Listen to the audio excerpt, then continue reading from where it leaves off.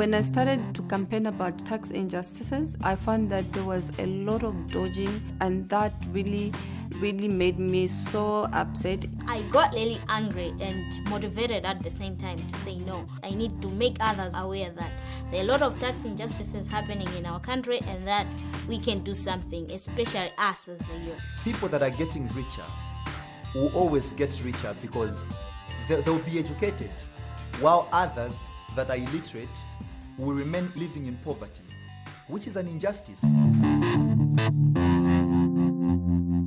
When I walked into your school, I was like, wow, so you guys are really privileged. Your tax is actually working.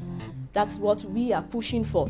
Like all of the multinationals that come to our country to take our money, they should make tax fair so that we too and our siblings over there can enjoy this kind of services that you guys are enjoying.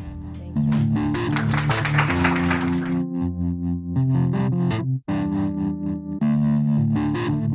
Last year, Nigeria has lost $3.3 billion to tax incentive.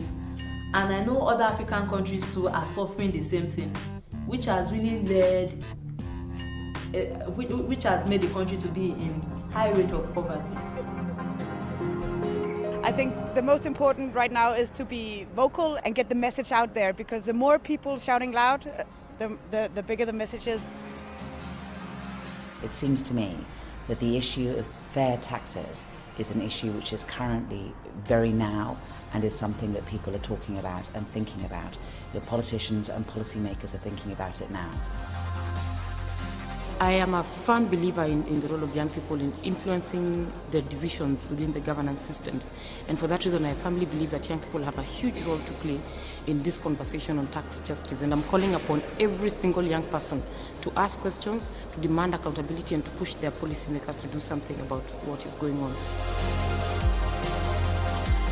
On behalf of S&D, I would like to welcome you all to today's event on tax justice. Zambia is third biggest producer of copper in the world. And yet, 60% of its population live below the poverty line. So, we need a global response to this problem. I think for people out there who might feel, there's this huge problem, nobody's listening, people can be made to listen. Write to your Member of Parliament, write to the ministers, make them feel the pressure. I think there are many people in politics who want change too. Okay, so we are gathered today in front of the Ministry of Finance of France because it's time to clean up. It's time to stop tax dodging, and we want corporations to pay their fair share of tax. And for that, we need to make the system transparent. So we are exchanging together to work together for a better system and for tax justice. We are doing a campaign where we are sharing cake with the public to demonstrate how multinational companies are taking the larger chunk. So we are creating awareness about the destruction that multinational companies are causing.